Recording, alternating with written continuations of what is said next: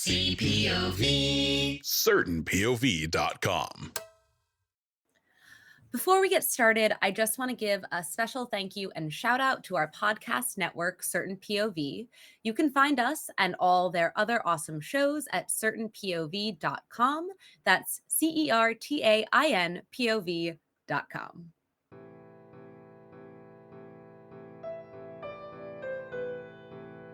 Are you tired of watching your beloved characters being tortured by careless authors?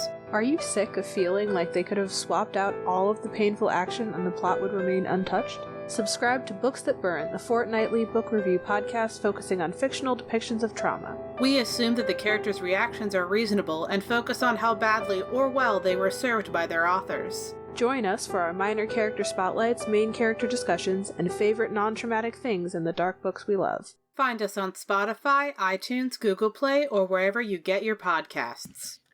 Hello, and welcome to episode 5 of How the Fuck, the talk show turned podcast where we chat with folks who know what the fuck they're doing and ask them how the fuck they got there. I'm your host, Katie DeMatteis.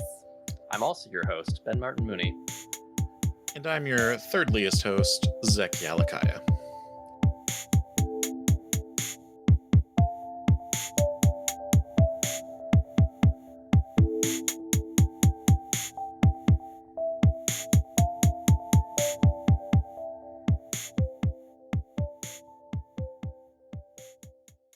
Today, we are joined by Malinda Kathleen Reese, a musician known for her YouTube and TikTok videos.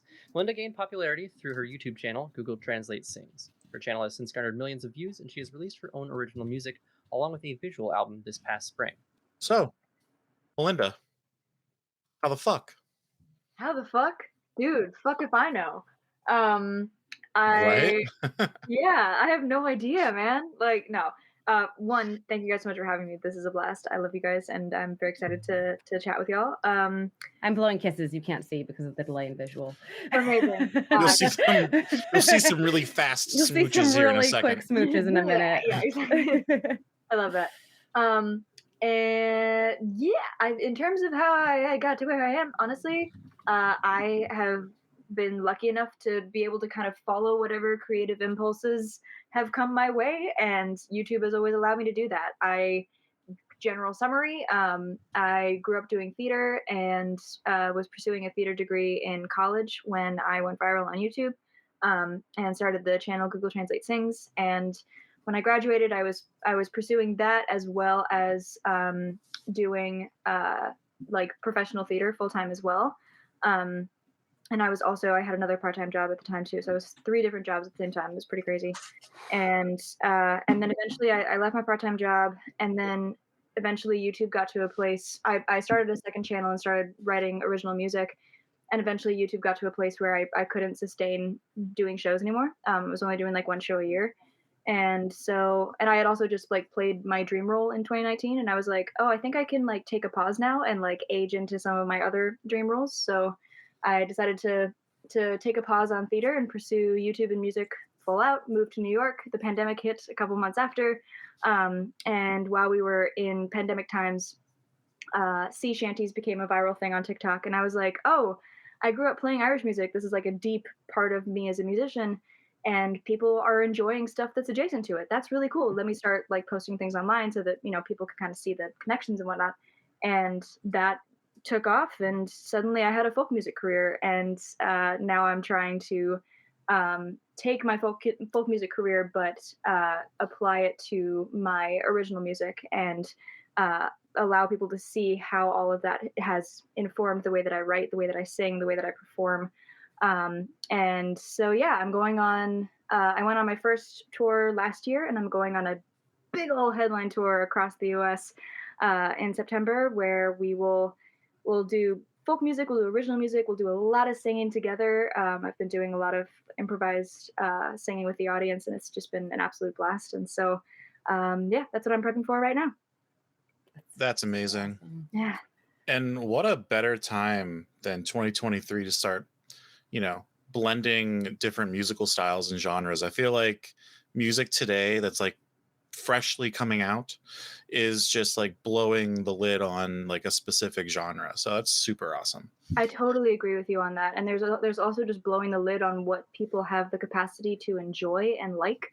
Yeah. And I think Mhm. there's just people have more diverse taste now, and just because there's a lot more that's more immediately available, and there's a lot less that's controlled by big labels and big marketing. And so, yeah, it feels like the right time to be making the music that I'm making for sure. Awesome. And speaking of powered by the internet, you started your career with Google Translate Sings. Yes. So first, what is that? And how did you come up with that idea, and like what inspired you to start doing it? Totally. So I had seen my friends, Celeste and Vidya, bless them. They did in high school randomly, like an open mic. They did a Google translated version of "Twas the Night Before Christmas." So that was how I like found out that the idea of taking a piece of text and translating it into multiple languages in Google Translate and then translating it back into English could mess with text really badly. And so I was listening to it was a Saturday night, I believe. I was procrastinating on a paper that I really needed to write. It was like 2 a.m. I was in the middle of 2 tech weeks in college, and I was listening to Let It Go in 25 different languages. And I heard the Spanish, and it was like Let It Go was Libre Soy, and I was like, oh, that's kind of close to like I'm free. That's like a really weird direct translation. And then that just sort of like gave me the idea of like I wonder what some of these other direct translations are. And so I started putting the lyrics into like different languages in Google Translate and like kind of back and forth. And then Let It Go ultimately became Give Up. And I was like, this is really, really dumb and really funny. And I kind of want to sing this now. And so, literally on my lunch break during a 12-hour tech day, I went to one of the practice rooms and recorded. Wait, you did this at school? Yeah, this was at I school. didn't realize you did this at school. Oh, yeah, I was 100% at school doing two different shows at the same time. Oh my Yeah. god. Yeah, I was in like backstage tech. I was doing sound design for one Yeah. show and was performing in another, and was in the middle of like double show prep. And yeah, just on my lunch break, I recorded that in, what was it, Skinner? The Oh yeah, yeah, Skinner. I recorded that in a Skinner practice room and made it into like a very simple video and just sent it to a few friends. Like unlisted, I was like, "Oh, look at this! Isn't it dumb?" And they were like, "You need to make this public right now." And so, in the middle of an art history class, I was like, "Yeah, why not? I'll make it public." And that night, my acapella group had it open, and they were looking at the view count, and they were like, "Wait, what's going on?" And it went viral, and within about a week, had 1 million views, and I had 50,000 subscribers on YouTube. And so, that was how that all occurred. It was very fast, and like for me, what I realized was this was something that combined all of the interests that I had, which was like community building, filmmaking, performing, singing. Like it had everything I enjoyed doing, and I thought I was going to have to choose, between those things. And the fact that I found a career that has all of those, I was like, I have to jump on this. This is too exciting. And so, doing GTS was like doing a TV show that I had creative control over because I didn't have to be myself on camera. I could always like play a character, which was wonderful in terms of like training me with how to like deal with interacting with people online. There was always that little bit of like arm's length that I could have. Um, and but I got to kind of do whatever I wanted. And so yeah, it was an awesome TV show to be on, essentially.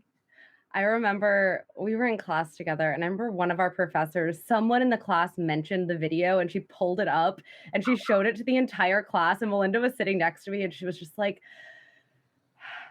Yeah, it was so awesome.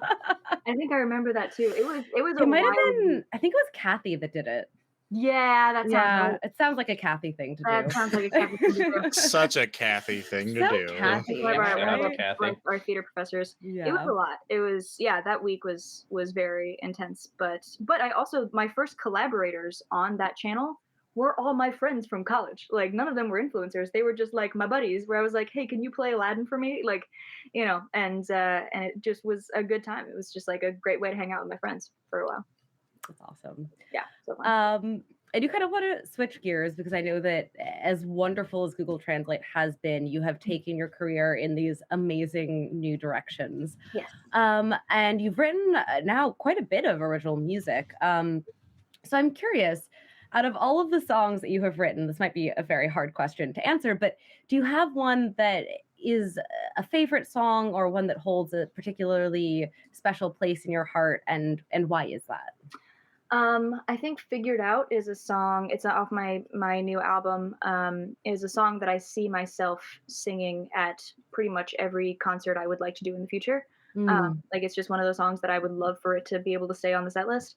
Because I wrote it when I was at like my absolute worst, and I wrote a version of it while I was at my worst, and I can really hear myself trying to rescue myself, mm, and that's just something that we do over and over again in our lives, is we pick ourselves back up and reassure ourselves that we don't have to have everything figured out, and that we can like take the time we need to figure things out. Maybe there's some things we'll never understand. Like there's so much comfort I was trying to give myself, and I continuously come back to that song myself. When I mm. need to remind myself of that, and my friends will literally be like, "Dude, you wrote a song about this. You don't have to figure this out." So Yeah. it's something that is just really special in terms of how it has played a role in my life and how it will probably continue to play a role in my life. So that one's probably my favorite. Brooklyn's a really close second, though. I really like Brooklyn and want to play that for a long time. But yeah. I also want to say publicly here that Malinda swore to me when we graduated college that she would never live in New York. Oh yeah, I probably did. You did, because you were visiting me when I was living in New York, and you were like, "It's great to visit, but I could never do it. I could Never live here. never live here." No. Yeah. And now I'm like, I can never see myself leaving. I know. I Yeah. know. I have the turns have tabled. Yes, Um, the turn's deeply tabled. Yeah. that answer to the question does actually raise a secondary question that is not on our pre-written list, but I am very curious, since I know so much of your music is so deeply personal to you. Do you ever struggle with sort of making that part of you public and releasing things that are Mm. so near and dear to, a period in your time where you were a period in your life where you were really struggling or where you were having a really hard time, and then sharing that with millions of people? Yeah, I have my line for sure. I know the things that I don't share and that I don't talk about. They're absolutely mine and mine alone, and my communities, my in-person communities alone. Um, but there's that collection of things is actually pretty small. Like there's a lot of me that I do have the instinct to share, and I I have been making videos about my thoughts and about my sort of perception of things. Like I've been making like vlogs really since I was a high schooler. Like I've had the instinct to like share my thoughts on camera, Mm, like in and posting like kind of privately or whatever for a very long time. And my instinct to share my experience. I loved making documentaries when I was younger. I started making films by making documentaries because I wanted people to experience what I was experiencing. yeah. And I was always like reflecting on what was happening. So I think I've always had this instinct of like, if what I'm going through is useful to someone, I want them to have it. Hmm. I've always had that instinct, and some people don't have that instinct, and that's very fair. But I personally do, and so I've opened up about my mental health. I've opened up about struggling with an eating disorder. Like I've opened up about a lot of things that I have. My threshold is I'm like, could someone benefit from me talking about this? Yeah. Could someone feel less alone? Could someone literally get the help they need? Um, if I talk about this. And so yeah, I want to empower people with my experience if that is a thing that is possible. So I try to do that at every opportunity I can. That's so interesting because for me personally, I'm also very much the same way where like I want to talk about things that I've experienced, but creating art about those things feels almost more personal than just sitting down and being like, hey, like here's my experience with mental health, Mhm. or my experience with an eating disorder, or my experience with like an abusive relationship. Art almost feels deeper and more personal than that. And I don't know if it feels the same way to you, Hmm. but I feel like if I was to release a song about a very personal experience to me, that would be harder than just sitting down and talking about it. Oh, that's so interesting. For me, actually, making art about it is because inherently art is something that is made in a time and place. Mhm. When you then release it, it then becomes a essentially a diary entry. for me. Mm, And so whenever I'm singing a song, I'm not particularly reliving it. And that's also how you approach pop music in particular is like, sure. unlike musical theater where you're trying to be in the moment of the characters singing the words. For me, when I'm singing about a song that I wrote about, a certain point in my life or like a collection of moments in my life, I am rewatching them as myself in this given time period, and it gives me that perspective and that closure Mm. that I want and need about where I was in that moment. So for me, it's actually a way of like documenting and giving myself that distance and that perspective to be able to reflect on things and move forward. So for me, it's the opposite of scary. It's like Huh, it's a necessary way of like processing. that's wonderful. Yeah. I'm going to shift gears a little bit, move sort of away from the personal side of things, and ask a little bit about the platforms themselves. So you started on YouTube. More Yes. recently, TikTok has become your like thing.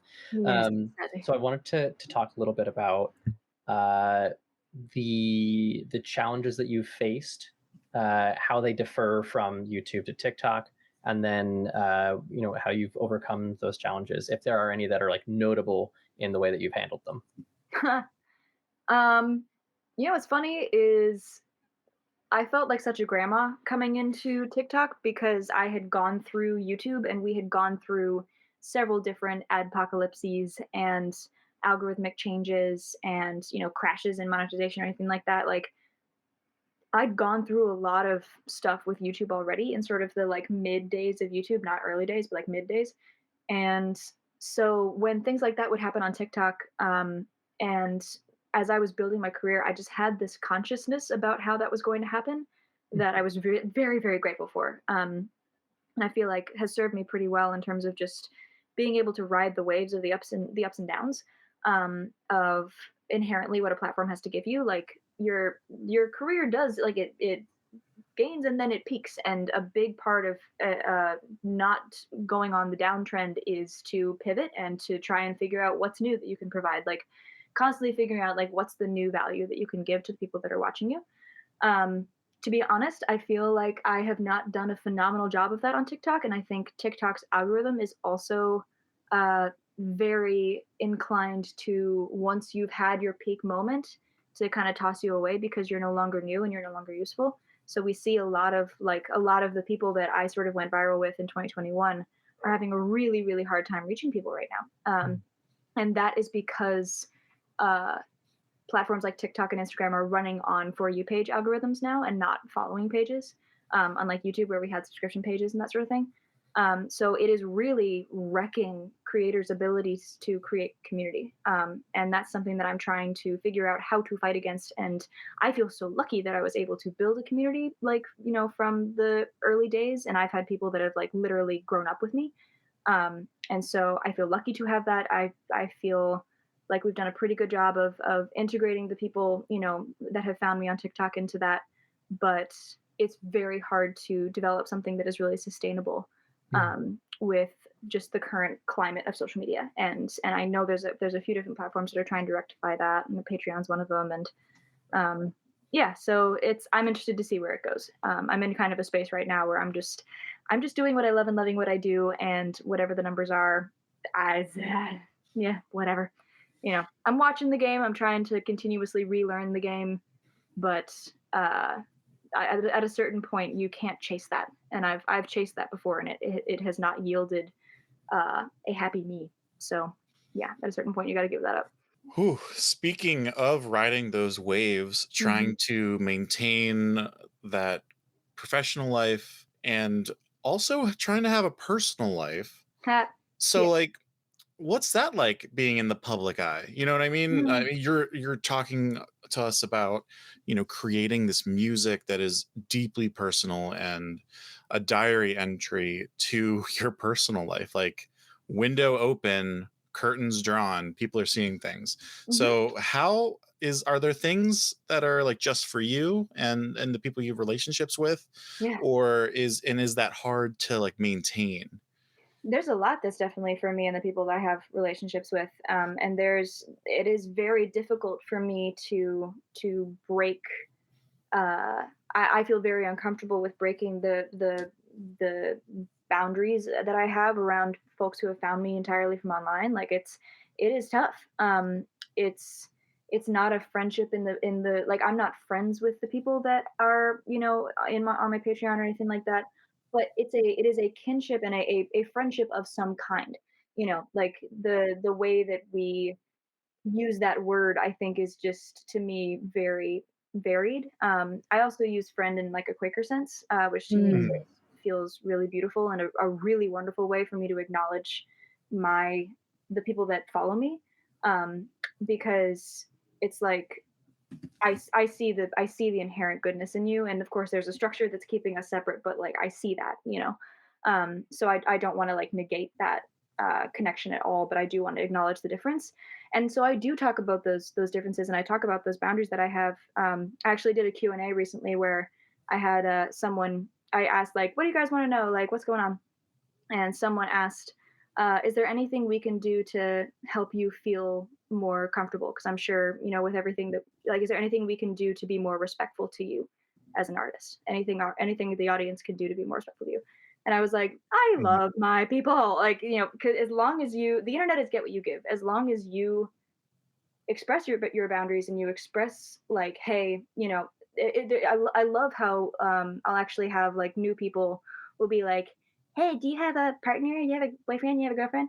And the people who have been with me for a long time will be like, hey, she doesn't talk about that. Like they'll come in and be like, ah, no, like that's off limits or whatever. Like, and or if someone comes in with, you know, anti-LGBTQ hatred, they'll come in and be like, nope, like you're on the wrong page. Like, you know, I feel like my audience has done such a good job of helping to bring each other into the community as well as maintaining the standards that I have set, and that includes like allowing me to have my own life and respecting the fact that I have my own life. Like there's a lot of conversation about the nature of parasocial relationships, and I Mhm. think Dodie has been a really good example of developing that with her audience from a place of deeply parasocial relationships. And so, yeah, I think it's very doable to have a really wonderful personal life as an influencer that your audience knows you have and knows they don't have access to, and is like totally Yeah. accepting of that and like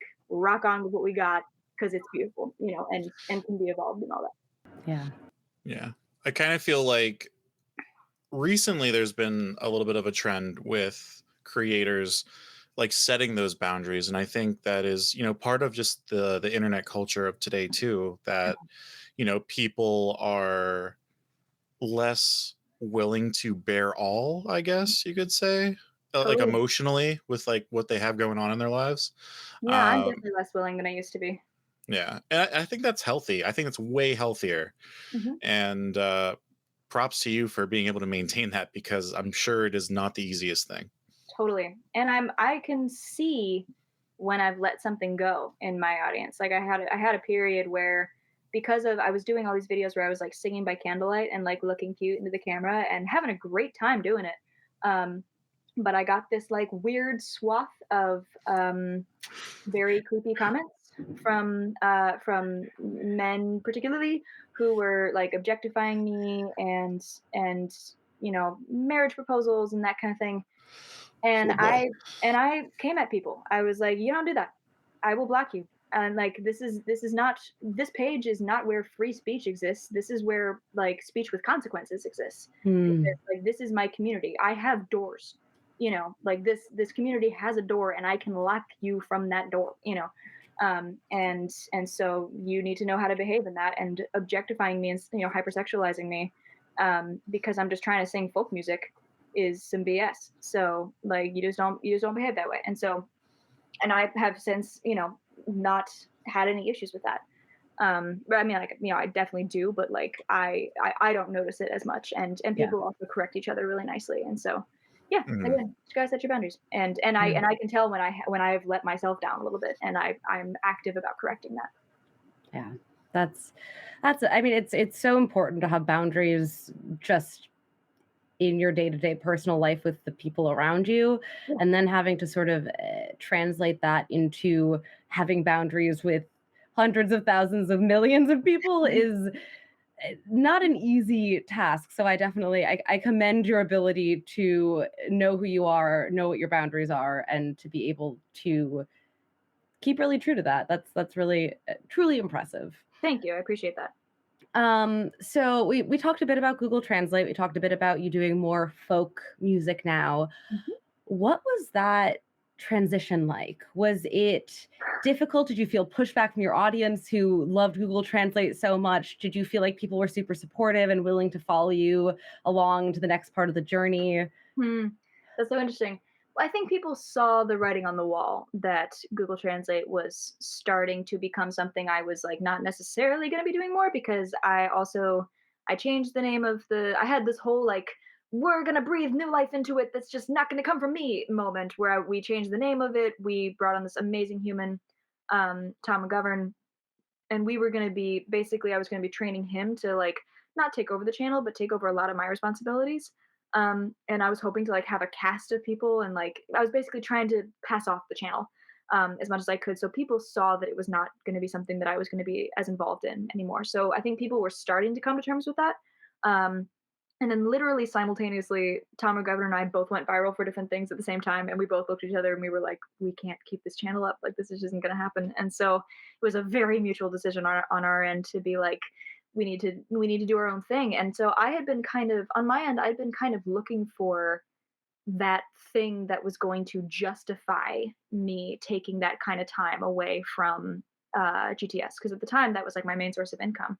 um, and I needed that thing that was going to scoop in and basically support me in making that transition. And folk music, thank God, ended up being that thing. I felt so lucky because I was like, wait, like this is something that I've loved since I've been playing Irish music in pubs since I was 13. Like this is this is such an inherent part of how I see music and community, and I'm loving reconnecting with all of this. Is this really where I get to go? Like it was I didn't even know there was an audience for it particularly that was sustainable, and on the internet, like I just hadn't really seen that pocket of the internet before. And I've gotten to know it, and it's complicated, but I love it. And so I felt like it felt like the most natural, wonderful way to give myself that support that I needed to actually pursue music full time.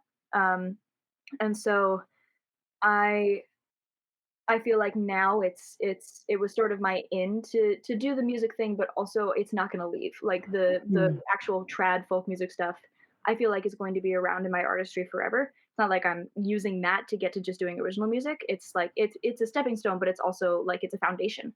Really, Yeah. is what it is.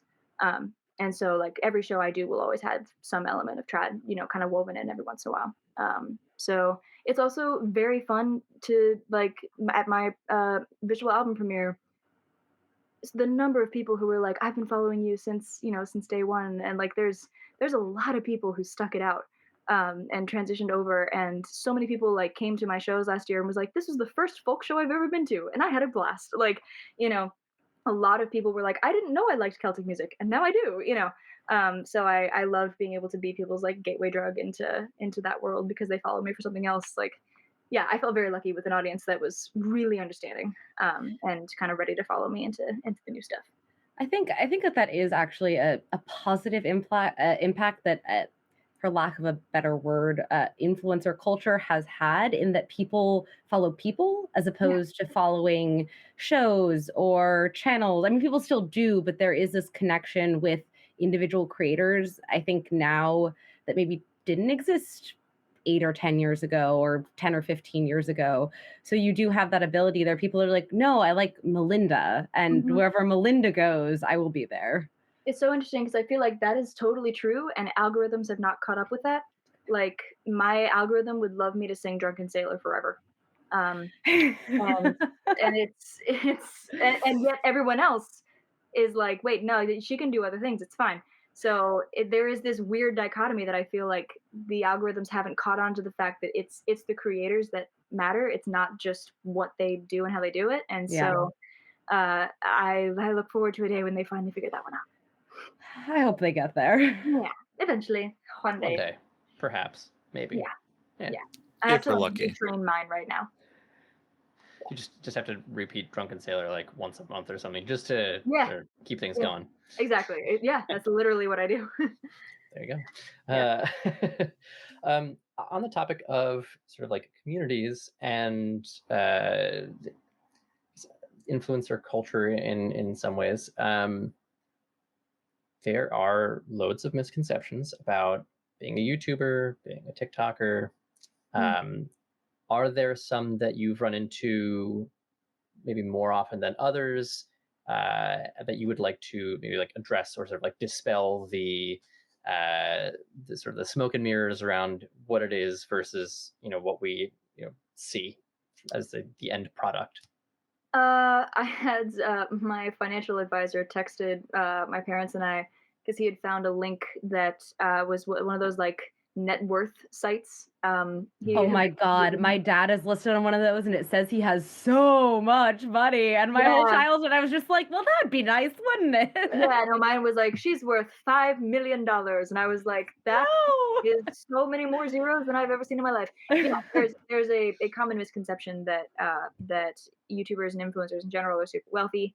Some are, but Lord knows if you are in music, you are definitely not. And doing music and touring, good God, it is the most expensive thing in existence. Most artists that you go and see are losing money. Like you have to be a very high level to be actually making money off of touring. Um, and so yeah, just like it's really hard to talk about that when you're constantly telling people to like buy tickets to your tour, buy tickets to merch, and then you're like, but I'm also losing money. It's like there's a lot of cognitive dissonance there that I really understand, and that just know that we're on the other end of that and like struggle bussing with that in general. But for audience members, I can understand how it's how it doesn't make a lot of sense. And so yeah, just not having the conception that everyone is super wealthy. I am very lucky and live a very privileged life and have been able to build up an income, and like my job is to do what I want creatively. Like that's remarkable. I want to acknowledge that my career has gotten me to that place, which is remarkable.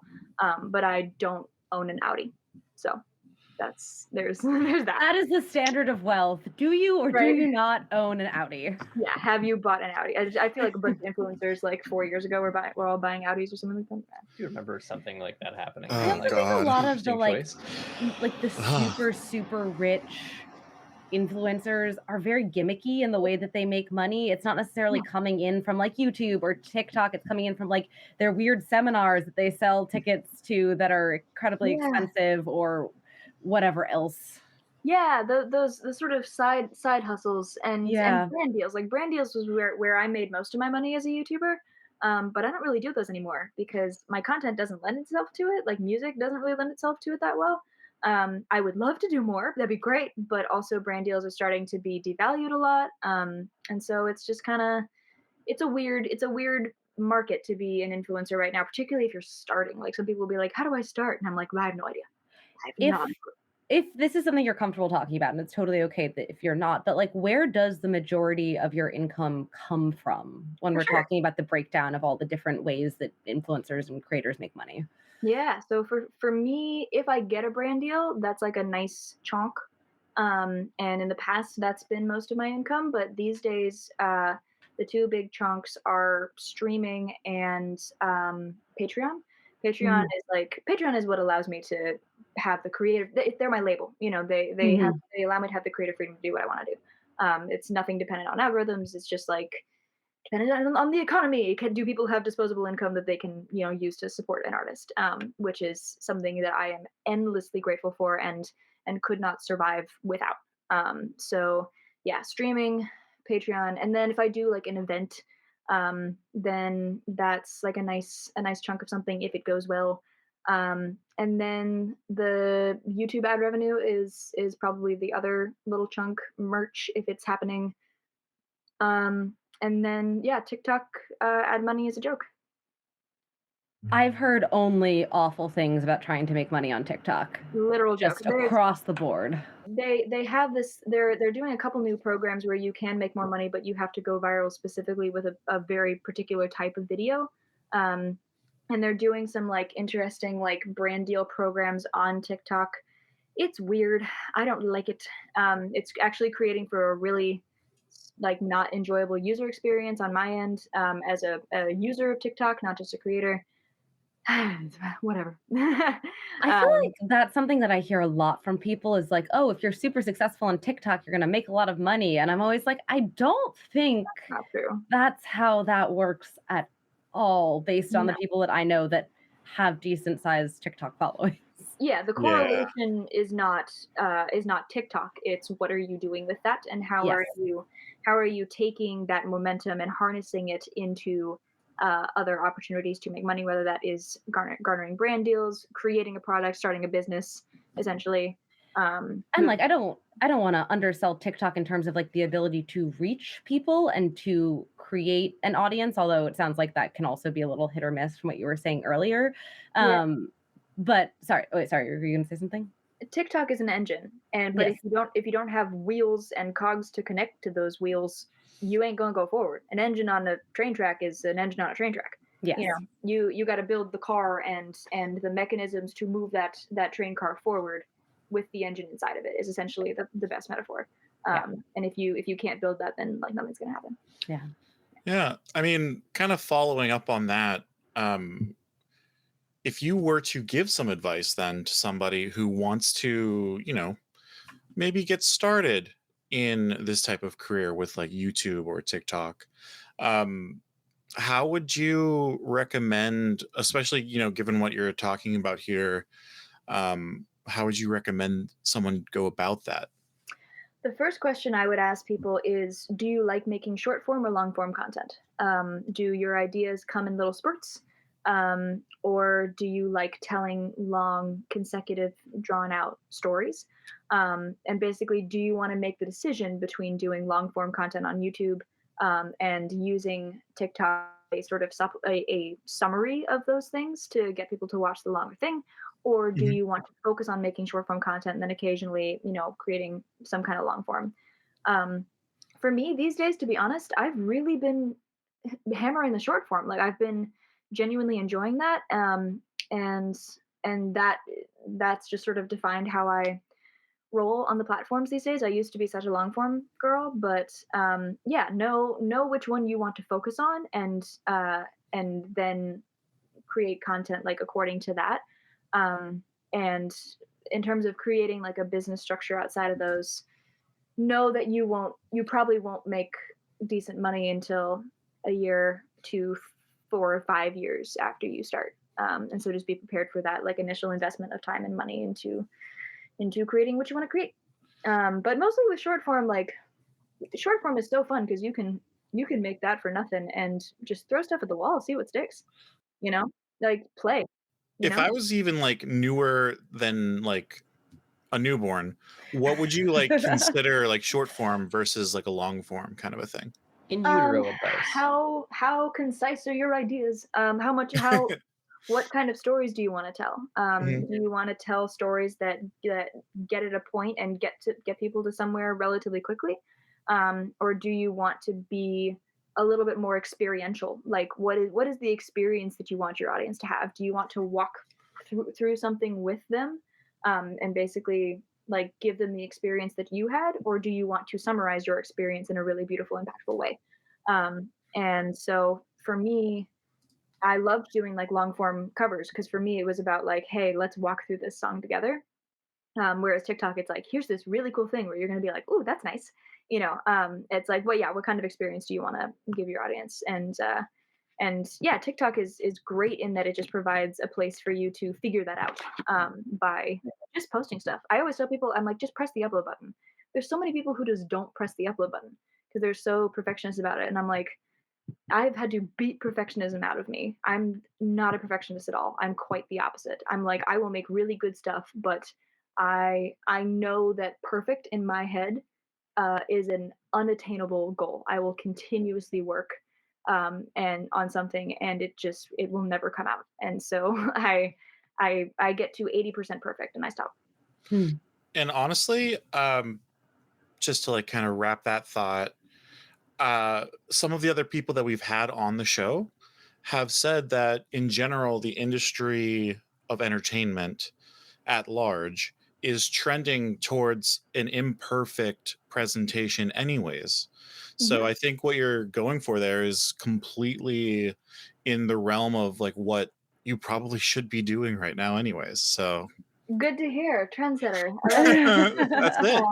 No, Just hit that upload button. my voice teacher actually taught me this about singing, but I apply this to the entirety of my work in my life.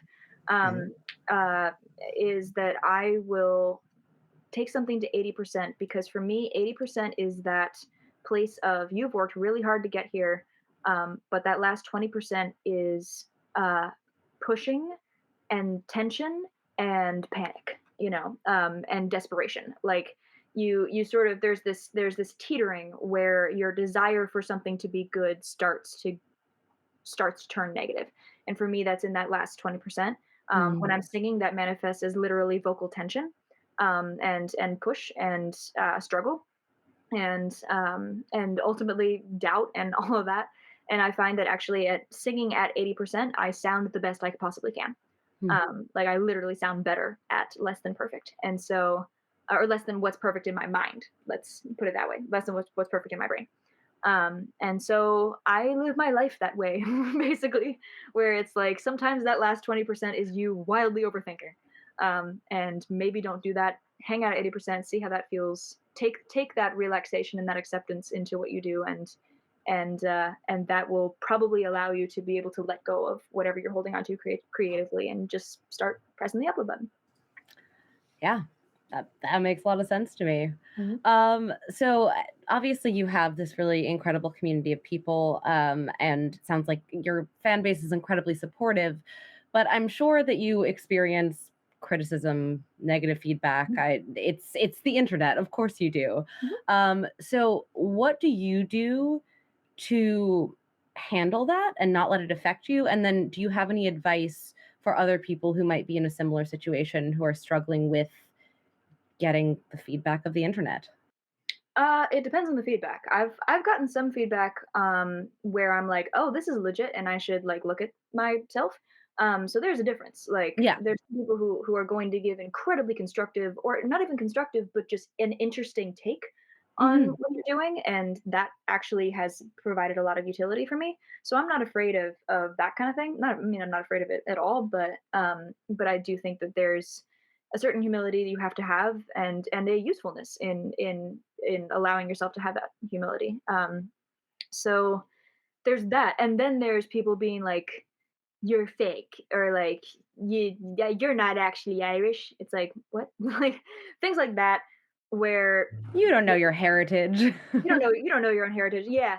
Like there's definitely plenty of things, or like you're faking being bi was something that I saw a while ago, and I was like, ooh, I have fisticuffs some off. Yeah, so I'll get annoyed, but the thing that I always come back to is I'm like, what is the mental state of someone who feels the need to write those words? What is the mental state of that person, not of me, but what's the mental state of that person, that where they feel the need to bring someone else down for reasons that are entirely their own and like really nothing to do with you. And that for me just gives me a lot of empathy for that. I'm like, I don't know what kind of sadness you have to be going through in order to feel like this is your coping mechanism or something like that. So I just remember that the vast majority of hate comments actually have nothing to do with me.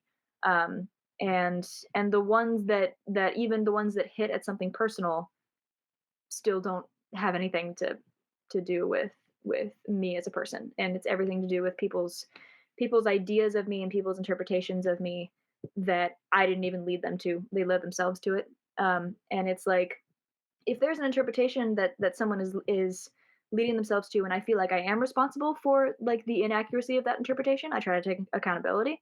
um and there's that, but a lot of times, like 99% of the time, that's not what's happening. It's just people making up stories about you, and you're just like, damn, I'm so sorry. What a that's you have too much time on your hands.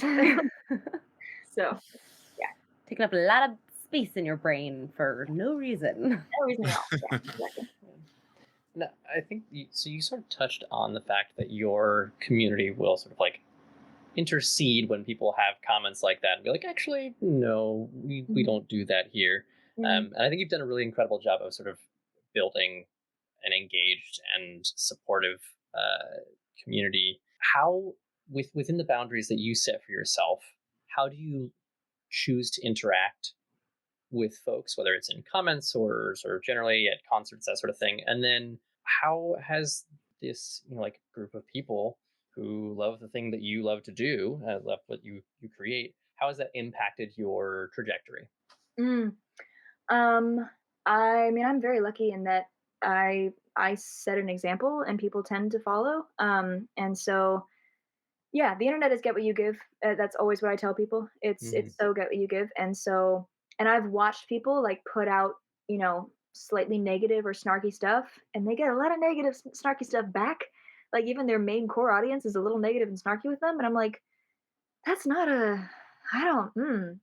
I don't like that. And so I tend to be a very genuine, sincere, joke, but like I'm a pretty sincere, reflective person on the internet, and the people I get in my space are pretty sincere and reflective people.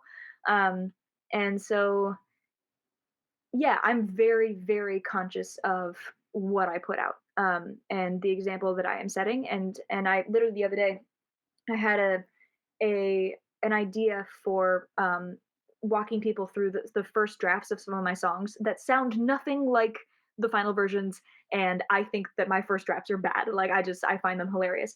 And initially I was calling it lovingly roasting the first drafts of my songs part 1, like that kind of thing. And then I was like, I don't want people to feel like they have to shit on their early work. I that this is the idea of roasting is just it's not me. It's not something I want to put out in the world. I see it all the time. There's a lot of space for that attitude on the internet. That is just not me. And so I changed it to being like the first drafts of my songs sound nothing like the final version, part 1, like that kind of thing. And I'm like, that's also a hook, but it's literally what it is, and it is more in line with like who I am and how I want to present it. And so it's those kinds of little decisions that I make about like what is the attitude, what is the tone that I'm setting. Mm.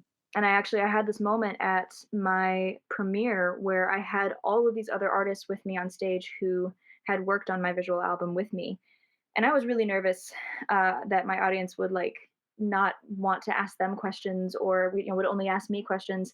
And so I decided to moderate the panel to basically set the scene of like I'm going to talk about the film, but I'm talking to these guys about the film, and so we're all going to talk to these guys. And I barely got asked a question. Like it was fantastic. Like people took the cues so hard and asked brilliantly insightful questions to everyone on the panel. And again, like it was a choice on my end to be like, let's make sure that people understand what the vibe of the room is here, and I know that I have the responsibility to do that every turn. So yeah, I know that the responsibility lies entirely with me. In the wise words of Nick Offerman, it's all about nuance, baby. Yeah, yeah, tis. um, Speaking about some amazing people out there in the world, what future goals do you have? And also your aspirations, like what are you trying to where do you see yourself going as a content creator and musician, and what is your dream project? um I think what I want to be doing right now is I want to be touring as much as possible. I think that creating experiences that are incredibly enriching for everyone involved is like why I exist. And a lot of that, my main method of doing that is through storytelling, and that happens to be through all kinds of different mediums. And so touring is a big one for me, and I'm going to a circle song school where I'm basically learning about like uh, learning more about group singing and like audience improvisation and that kind of thing. Bobby McFerrin, Jacob Collier, that whole crew. And I've already started to integrate that a little bit with my shows, but like I want my shows to be an experience for people. I want people to walk out of that room feeling lighter than when they came in, and that's something that I'm really trying to prioritize. Okay, what is it that I'm giving to people? And I want to develop that, and I want to expand that as big as it can possibly go. And a big part of that obviously is releasing new music and releasing music that's in line with that goal. And so that's really my priority right now, is just keep making good music and keep touring. Um, I do have an idea for a movie that I'm like very excited about and think is really good. And so I'll probably end up being involved in that in some way. I would love to get back into theater at some point. I think I need to age into some of the roles that I would like to play. But yes, I would like to go back into theater at some point.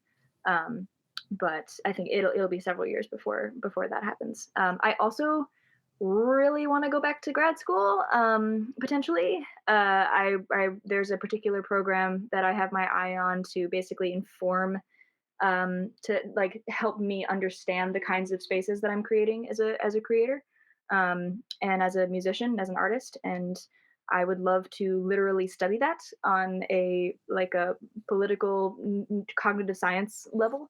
That's something that I've always been. I almost majored in cognitive science in college, and so being able to bring all that back in, I think, would be exciting for me personally. Like, maybe that would become part of my work. Like, I would love to write a book about that, and do a big old book tour where we basically like put into practice some of the research that I've been doing, like practical research, both from being on tour and from being in school and whatnot. I think that would be really fun. So yes, I'm just interested in what it means to create healing containers for people in the moment, whether that is on the internet or in person at shows, and interested in what that means and all the different ways that it can manifest. So. Amazing. So I've got a pretty big question for the final question. Let's go. It has been, don't make me do math right now, but somewhere like 7 or 8, 9 years since Let It Go blew up. Give me an exact number if you have it off the top of your head, but it's been 9. 9 years. It's been almost a decade. Yeah. And I know that you have had a lot of different experiences through YouTube, through TikTok. You performed, you've toured, you've made a movie. What has been the most memorable or rewarding experience that has come out of all of this? Making the visual album, for sure. The visual album felt like a conglomeration of everything that I have had to learn how to do.